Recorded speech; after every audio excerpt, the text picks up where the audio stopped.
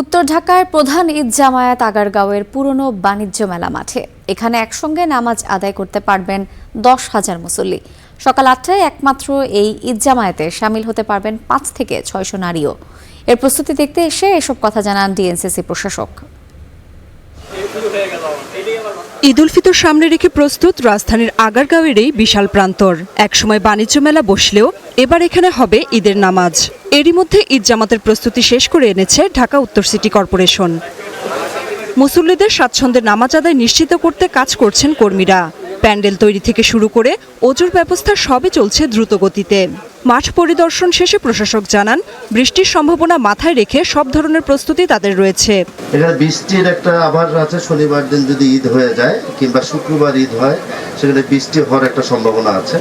তো বৃষ্টি হলে সেই ব্যাপারে আমরা প্রস্তুতি নিয়ে রেখেছি যাতে নামাজ আদায় করতে গিয়ে কোনো মুসল্লিদের কোনো বিঘ্ন না ঘটে। এবার এখানে একটিমাত্র জামাত অনুষ্ঠিত হবে। মেলা বা অন্য কোনো উৎসব নয়, বরং ধর্মীয় ভাব গাম্ভীর্য বজায় রাখতেই এই উদ্যোগ। বিশাল এই জামাতে অংশ নেওয়া মুসল্লিদের নিরাপত্তা নিশ্চিতে কাজ করছে আইনশৃঙ্খলা বাহিনী। বাড়ানো হয়েছে নামাজের জায়গার পরিধিও।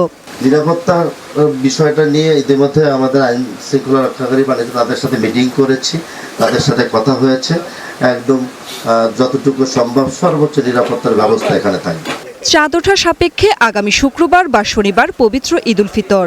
আবহাওয়া অনুকূলে থাকলে উত্তর সিটির এই প্রধান জামাত হবে উৎসব মুখর, এমন আশা নগর কর্তৃপক্ষের। শুধু ঈদের নামাজ আদায় করবে, এখানে কোনো মেলা হবে না, এখানে কোনো আনন্দ শোভাযাত্রা হবে না।